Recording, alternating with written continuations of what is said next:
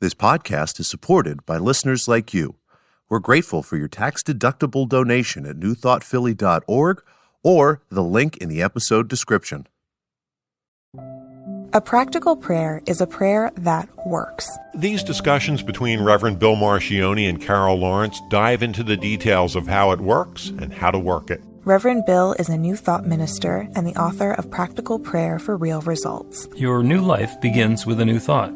Carol Lawrence is on a spiritual quest, finding the New Thought teaching after decades on the pulpit in 3 different traditional denominations. I've got some questions. Together, they're exploring the philosophy and activities that come together from many of the world's religions to create the practical spirituality that is New Thought.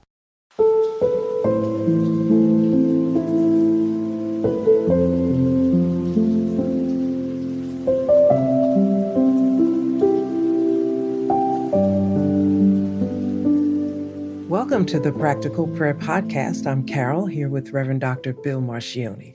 You got big topics this week. Yeah. Well, you kind of got to it, in the pre-show.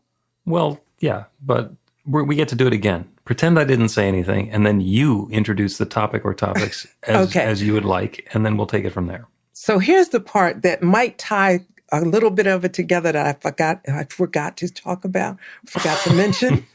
Just might know. You're laughing.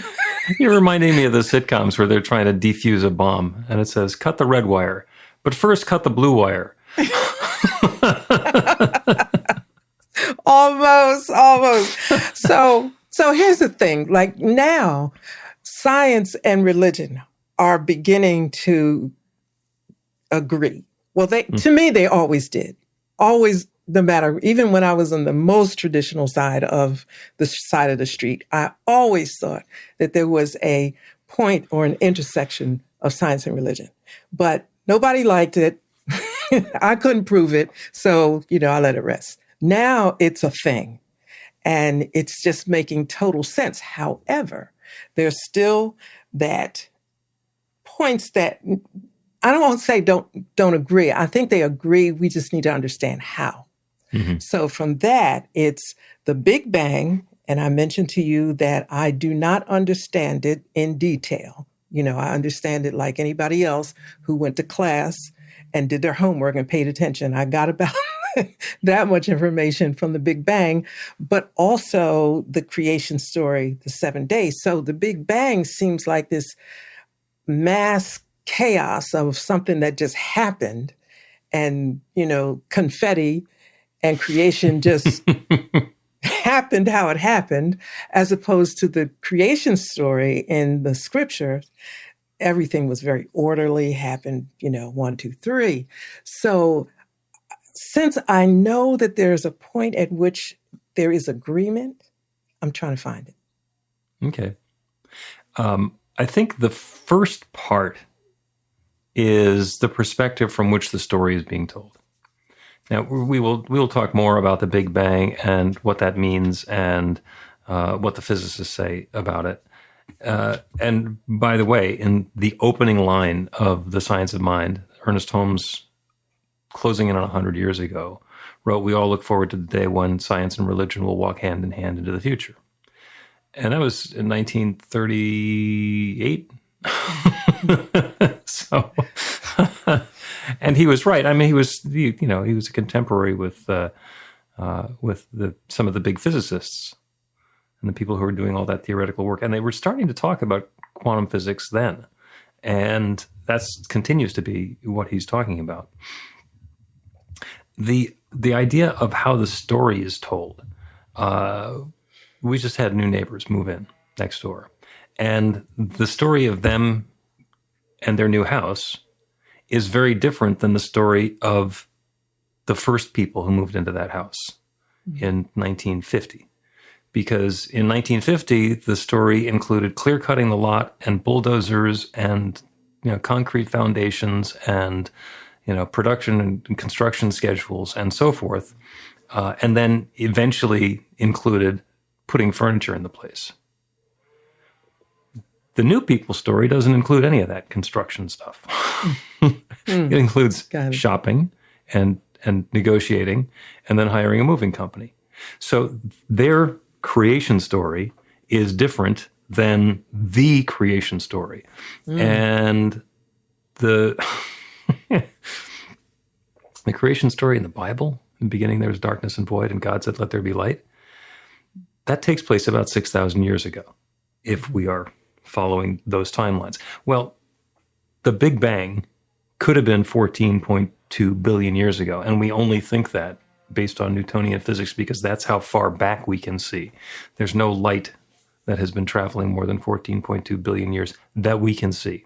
So if in fact that was a bang, and that's the physical, the Newtonian physics explanation is the right one, it's 14.2 billion years. Might be longer. Might not even be relevant. Doesn't matter. If you have a lead up that's 14.2 billion years and you tell the story from the last 6,000 years, it's a moving in story. Yeah. So, it's not a creation, it's a moving in story. you know what? From my perspective, where I said like the broadcast is over. I spent all this time thinking about this, and here you come and sum it up with a move-in story. Well, does that make sense? I mean, it makes perfect sense. It really does, because it just makes sense. And if it turns out that we're living on a planet that didn't actually have any land, and we wound up having gills and fins rather than hands and the stuff that we're doing, and we were able to evolve ourselves to the point where we're controlling our environment, it'd be a completely different creation story. Mm-hmm. You know, in the beginning, God said, let there be water. It turns out that's the important thing for us. Yeah. Well, you know what? If you had told me the move-in story in the pre-show, and you see, you thought I gave it away. Yeah, you thought I I did. gave it away. I didn't. No, there's nuance. Okay, so I can accept that. All right. All right. So we are going to move on to the pivot. Yes, because the pivot is yes. That Okay. was I don't think we ever exhausted anything that quickly. Well, you were ready. You wanted a summary answer, and you didn't think it was possible. And there I was with an idea. And by the way, I hadn't thought of the move-in story before, but just the vastly different timescales. Mm-hmm. And maybe that's how these tie together. Because if we're looking at history as 14.2 billion years, or if we're looking at history as what it says in Scripture, they're two different stories. And here's the tie-in. We're going to talk about the pivot. When we stop paying attention to that one and start paying attention to this one, different things become possible. It is possible that both stories are true. It's also possible that both stories are the same thing. Okay, so now you lost me. Both stories are true. I can see that in terms of timeline, the way we perceive time. I can see that, because from the Big Bang to the creation story, as in the Bible, anything could have happened. Mm-hmm. So I'm good with that. It doesn't matter all that much. It's just nice to make the tie or the connection. For me, some people don't care. It's all right. But now, if you're going to go even further, I'm not sure about that. If there were somebody in biblical times who knew something that nobody else knew, and you can make it anything, how to fly a 747, or how to make an iPhone, or something so far advanced. If it's somebody who understood quantum physics in those days, there wasn't any language for it. They would sit there with all these great ideas in their head and have no way of explaining it. So if in fact somebody were aware of the singularity and there was that Big Bang, that oneness from which everything came, and it's just that one expanding, they might say it as, in the beginning there was darkness and void, and God, the one, said, be something, and there is. And that's a description of the creative process, and that's the same way that whatever it was that caused everything to start coming into existence in the Big Bang story, it's the same moment of creation. It's just that the scriptural one skips a whole lot of time. between the first bang and the creatures populating the earth, or there being an earth. That is amazing, the way you just described that. Because you could see that it happened it's all one story, which is the word that comes up all the time, is just the one. So it's a perspective, and it explains how everything could have actually happened at the same time. Just kind of how you express it or how you see it, which just came to me when you said that. A teaching moment. I love that. Yeah, I'm kind of blown away about it, and I was giving it a second while you were talking, just absorb it so I can think about it later the way you said it. But yeah, I can see that, because one of the things I was thinking of when you were speaking was the word evolution. And I really, really like that idea of evolution, not just, the evolution of mankind or humankind and how we went from one thing to another thing, but how we go from awareness or one level of consciousness to another. And I remember one of the very first classes that I took with you, I had no clue what you were saying. And I said, I am not stopping. I'm not going to stop this class asking these questions, but I'll figure it out as we go. And actually, I did not figure it out as we go. I figured it out in the ensuing year or so, I think. But specifically, what you were saying is, I think it was Christ consciousness and how we go, you're up, then you go down. And, and we like to think of our level of Christ consciousness or our maturity in spirituality as just continuing to be up and graduating. But it's evolution. It's not just going up, and it's evolution, and things happen, which causes things to evolve or unfold. Something has to happen. You agree with that? Time has to happen. There's an opportunity for something to happen, and then something happens. And sometimes it's exactly what we were planning, and sometimes it's something completely different, but something's always happening. Stuff happens. Stuff happens, and it piques your understanding or your awareness of something, or it brings you into consciousness about something. Something happened. It could have been a big tragedy or just a little something. And that's why I call that evolution. We are evolving, and I think that is so important, to just slow down and be grateful and appreciative and understanding of what's happening in our world, in our particular world, because we're constantly evolving. So this has been an enormously stressful year for me. I mean, crazy stressful.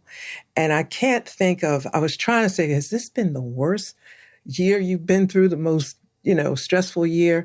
And I think, in terms of so many things happening at one time, yes, I've had stressful crap happen, but to have so many things happen at one time. And the best coping mechanism for me is to think about evolution. And this is happening, what's unfolding, this is happening, and I take it slow. Well, that's just me. But I thought about the Big Bang, right? I said, is this the Big Bang? In my Someone's banging. This is a big bang in my world, like confetti now. This should be good.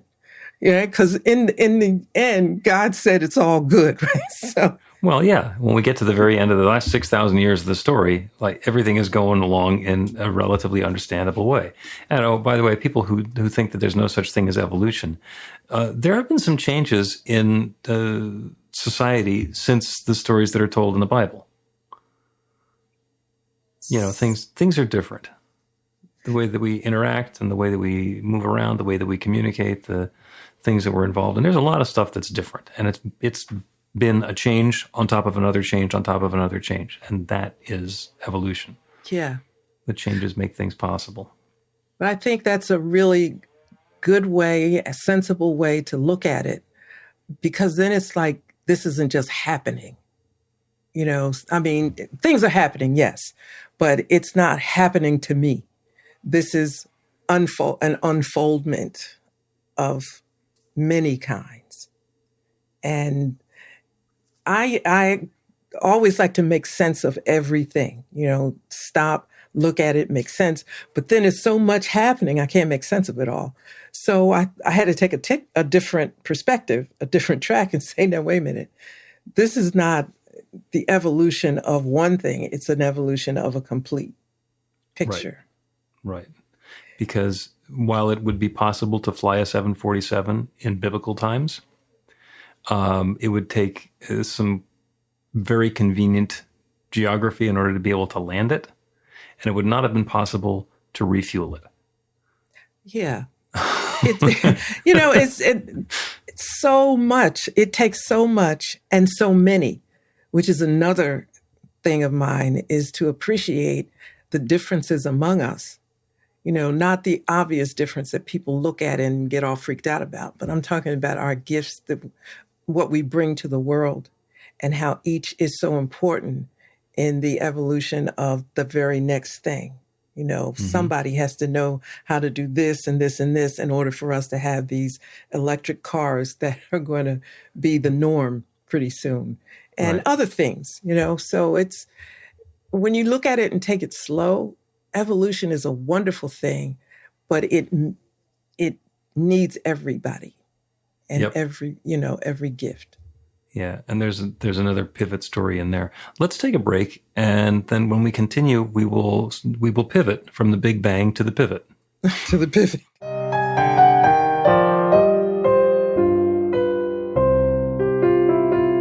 It's Reverend Bill letting you know that the Practical Prayer for Real Results class is now available on demand. That's right, you can take it at your own pace, anytime you want.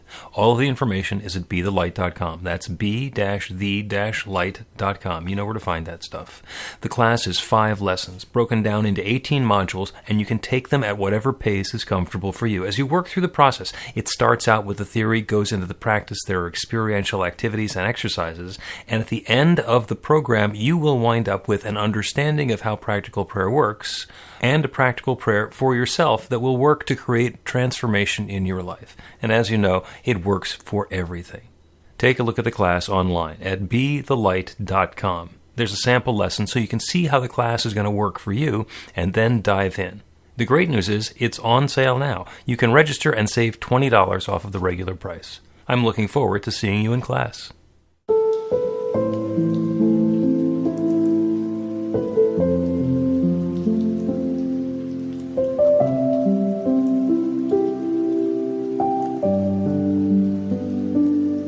Welcome back to the Practical Prayer Podcast. I'm Carol, here with Reverend Dr. Bill Marcioni. We're having a conversation about the Big Bang to begin with, and you had also brought up that you wanted to talk about the pivot, which is switching from what has been up until now to what's coming next. And I think you tied them together. I think the pivot is about being able to change perspective. And the origin stories of the Big Bang, and in the beginning there was darkness and void, and God said, "Let there be," are two different ways of looking at the creation, what brought us from there to here. And that's in a lot of ways the pivot. And one, you're looking at the whole big, huge span of history. And the other, we're looking at the growth and development and evolution of humanity and the way we came about. And right before the break, you're talking about the way people bring different gifts. Mm-hmm. And everybody has their own unique set of gifts and talents and skills and abilities, things that fill them and feed them, and things that scare them and and make them turn and run or fight. And when we recognize that there's somebody who's different than we are, there is the possibility to go tribal, circle the wagons, want to defend ourselves and attack the other. And it is also possible to say, there is the opportunity for God's gift to shine as that other person. And since they're willing to do it, I don't have to. Mm. Yeah. Yeah. And to be able to embrace all of the differences and the diversity, and instead of defining it by how different it is than we are, look at what the gift is. Yeah. And that's a mindset. It reminds me when I was pastoring, when people would join the church each Sunday, I was thinking something that a lot of people don't always think. I'm looking out there thinking, wow, look at what God is bringing us.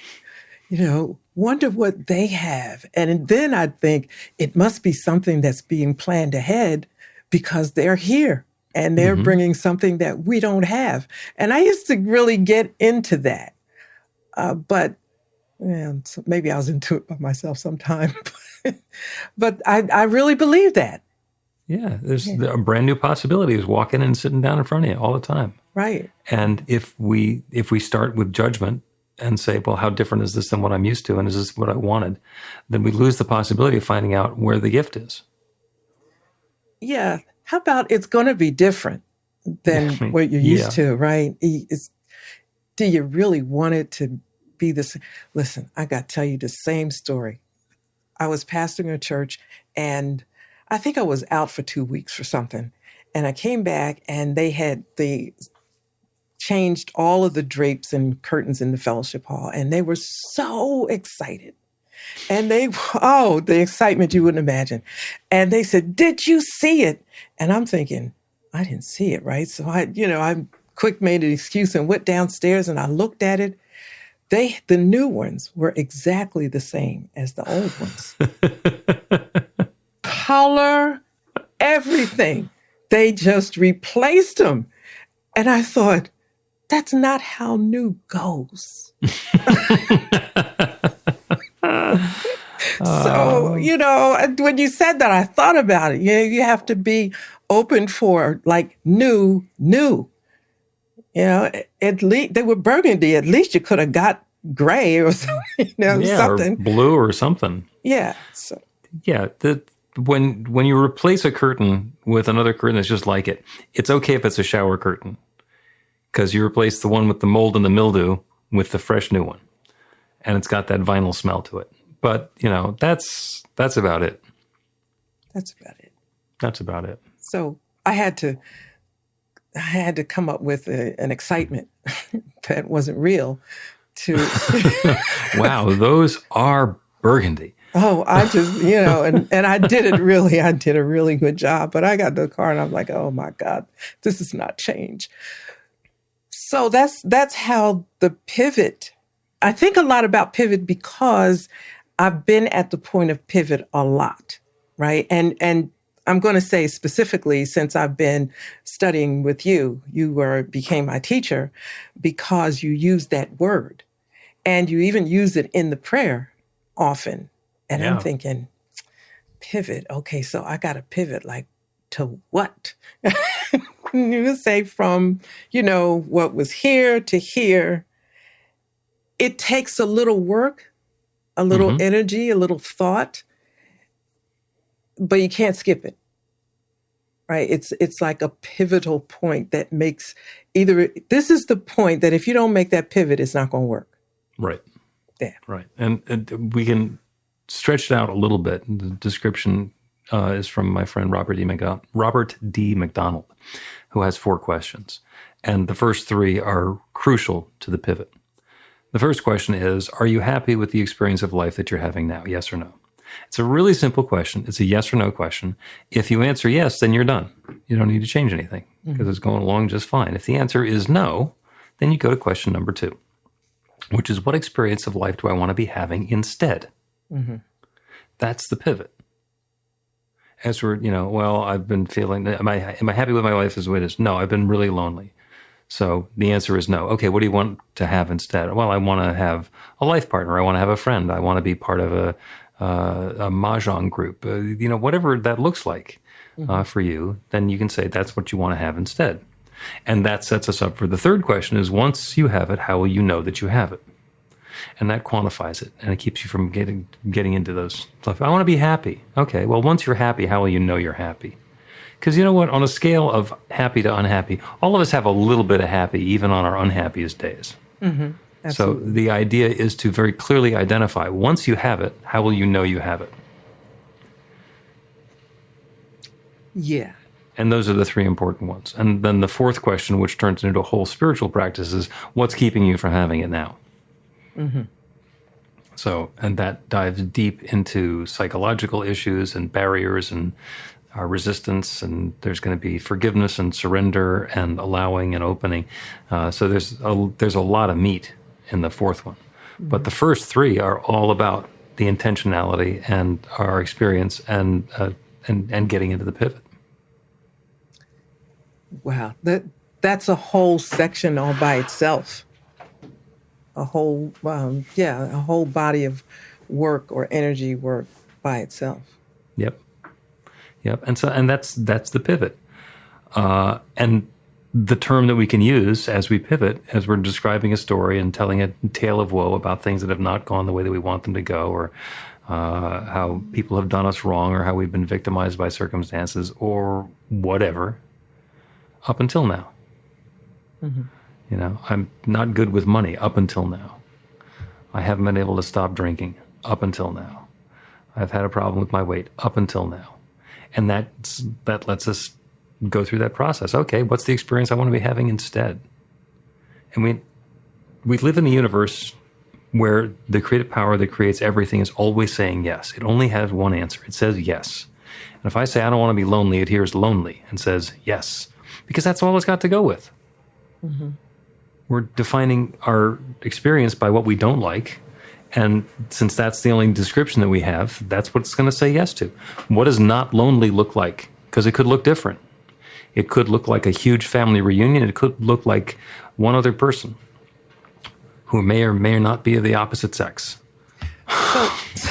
So let me get this straight then. What we're doing is being specific, because when you say, I don't want to be lonely, or talk about what you don't want, I've always had trouble with that, because if this is not what I want, it's just difficult to play that out until you just describe what you do want.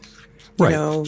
And we don't need to specify, well, I want it to be her, or I want it to be a tall, leggy blonde, or I want it to be this particular job working for that particular company making this amount of money. We can describe the sorts of things that we'd like to have. So the reason that I want it to be a tall, leggy blonde is because I want to be together with somebody who is the height that matches mine. And I have this predisposition to blondes. So, and when I'm around them, it makes me feel X, Y, or Z. Mm-hmm. Well, if we let go of it's got to be a blonde, and I want to feel this way, then there's a lot of latitude that gets opened up for the universe to give us exactly what it is that we're looking for.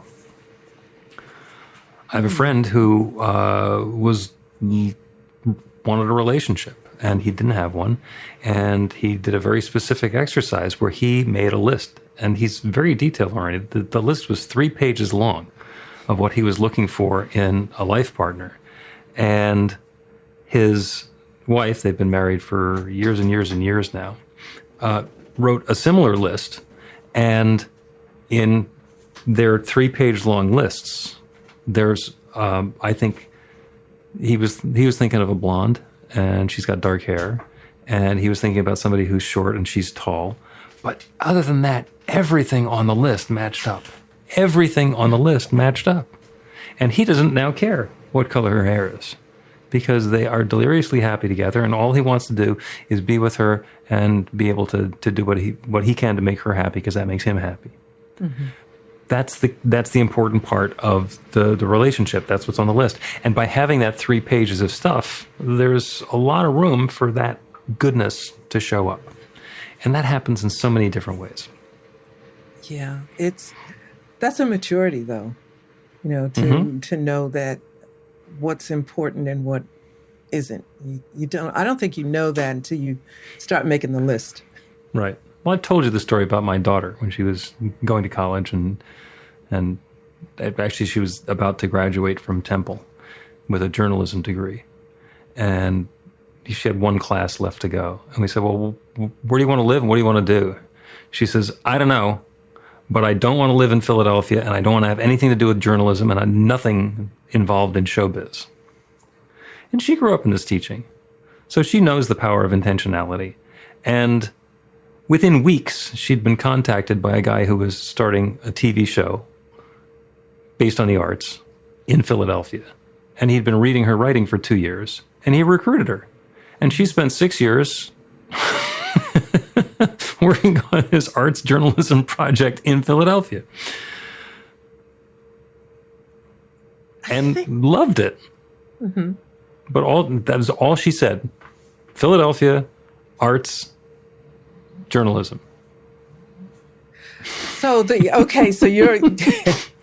your example demonstrates the universe doesn't understand don't. Exactly.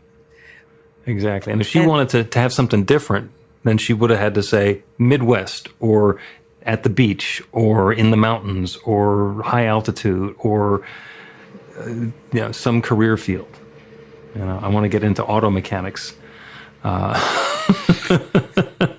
forestry. So what's the problem with the universe not understanding don't? How is that? Because I know it doesn't understand language and everything, but I mean, that's pretty clear. I don't want to live in Philly. So technically the universe would live in Philly. Right. So but I don't want to live in Philly. Okay. Well, what happens if you're right across the street from Philly? If you're on City Line Avenue and you're on the north side instead of on the south side, is that still Philly? Technically, it's not Philly, but it's still Philly. Yeah. Okay. Well, where do you want to live?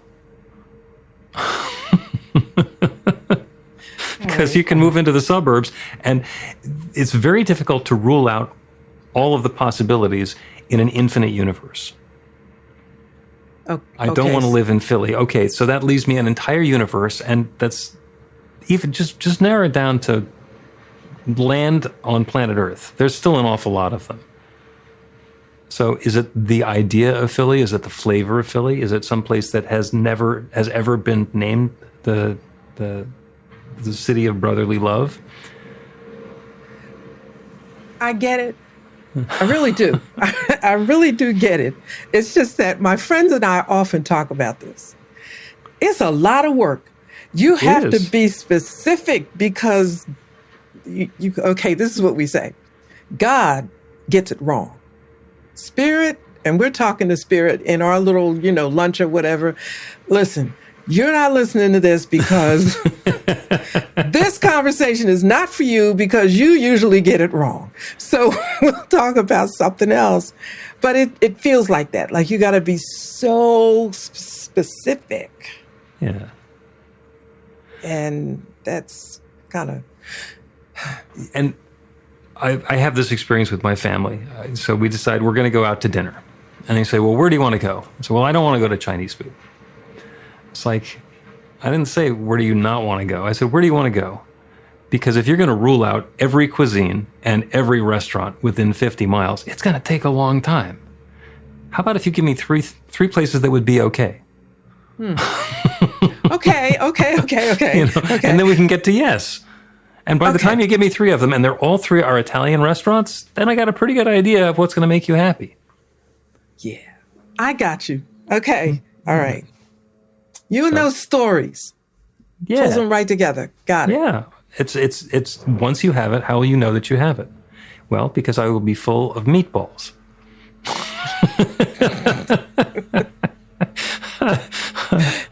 Let's take another break. And when we continue, we will do a prayer. And the prayer will be on pivoting from what was to what's next. Learn to put practical prayer to work in your life. The steps are simple to learn and let you begin to get real results to create the life of your dreams immediately. Reverend Bill Marcione's widely acclaimed book, Practical Prayer for Real Results, gives you a clear summary of the New Thought principles behind practical prayer and the series of easy-to-understand steps found in the most effective prayers from religions and spiritual practices all over the world and throughout history. Practical prayer is not a replacement for your religion or practice. It's a technique to make the work you do in consciousness even more effective. The book includes 40 prayers on various topics that you can adapt as needed and use as your own. Practical Prayer for Real Results is available in paperback, Kindle, and audiobook on Amazon or at b-the-light.com. That's b-the-light.com.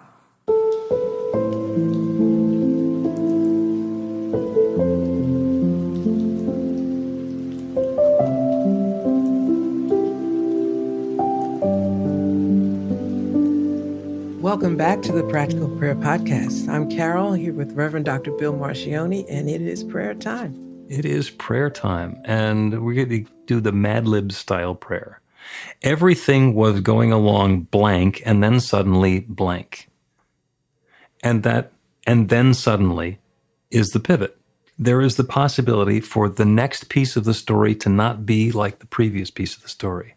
Everything was going along wonderfully, and then suddenly it all went to hell. Everything was horrible. I was lonely and sad, and then suddenly he showed up. She showed up. I got connected with the group. There is a pivot that is always available. Whatever the circumstance that we're in now, we can pivot away from what has been and invite in something new. And it doesn't necessarily take any time.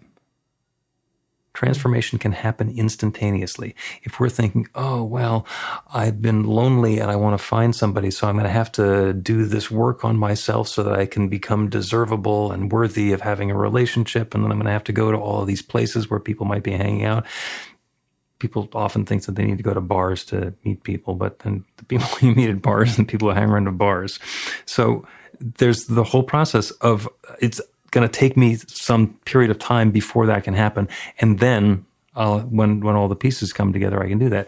And in fact, it's possible to realize that we've been lonely, that we want to have a relationship, that we're open to having that significant other, and meet somebody that day. Mm-hmm. Or, sitting in a coffee shop, writing in our journal, realizing that's what we want to do. We look up and there that person is. It can happen instantaneously. And it's the pivot about being able to look away from what's not working, from what's not serving us, and open to something new. So that's the prayer for each of us in our own way today. If there's a circumstance or a situation that hasn't been going to your liking, you can bring it to mind. And then we can open ourselves up to the transformation that's available and realize that we're not doing it ourselves. We're turning our attention away from our small self to that infinite creative power, that divine presence, the one we call God or Spirit or nature or the Creator or the Big Bang or whatever it was, that creative force that has created everything that exists, that one power and presence that shares itself through and as and in every part of its creation. Everything is that divine love expressed in a unique and particular way. That includes me. That includes everyone who is listening to this prayer. Everything, everyone, everywhere is that divine creative presence expressed in its own way. And so because we are part of that one creative power, we are using that creative power to create this next new experience in our life. By turning away from what's not working for us and identifying the feeling, the tone, the texture, the flavor of that next experience that we desire. By setting that as our intention, we activate that infinite creative power. We invite it to create that newness for us, to bring the people and the experiences and the prosperity and the circumstances together in a way that is uplifting and harmonious and joyous and what we describe as good. That power is acting now for each of us in our own way, differently for everyone, but unique and wonderful and exactly perfect for each one of us. And I'm grateful for it. I'm grateful for the way that the goodness is coming together. I'm grateful for the awareness of this creative process. I'm grateful to be able to speak this word of intention and release it into that same creative law that creates everything. And to know that that transformation is now underway. This good is happening now. So this deep feeling of thanks, I speak this word, and I release it into that law, and I know that it's so. And so it is.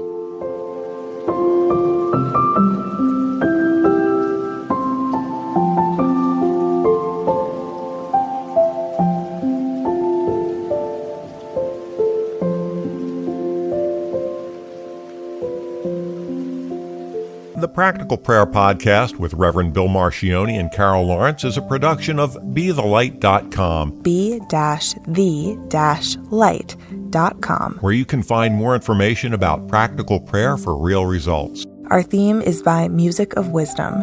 You can learn about the spiritual community of New Thought Philadelphia with daily guided meditations, weekly celebrations of spirit, and Reverend Bill's classes in practical spirituality at newthoughtphilly.org.